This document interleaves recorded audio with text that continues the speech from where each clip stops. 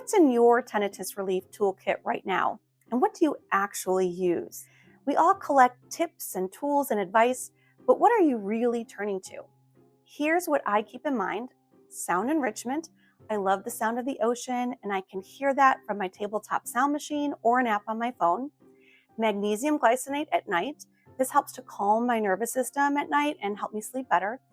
And of course, some deep breathing exercises when it spikes. I also keep loop engage earplugs on me in case the world gets too loud. It's not about perfection, it's about building a kind of go-to set of supports so that you're not scrambling when things flare up. So what's in your toolkit today?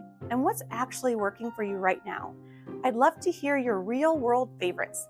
Comment below. Bye, friends.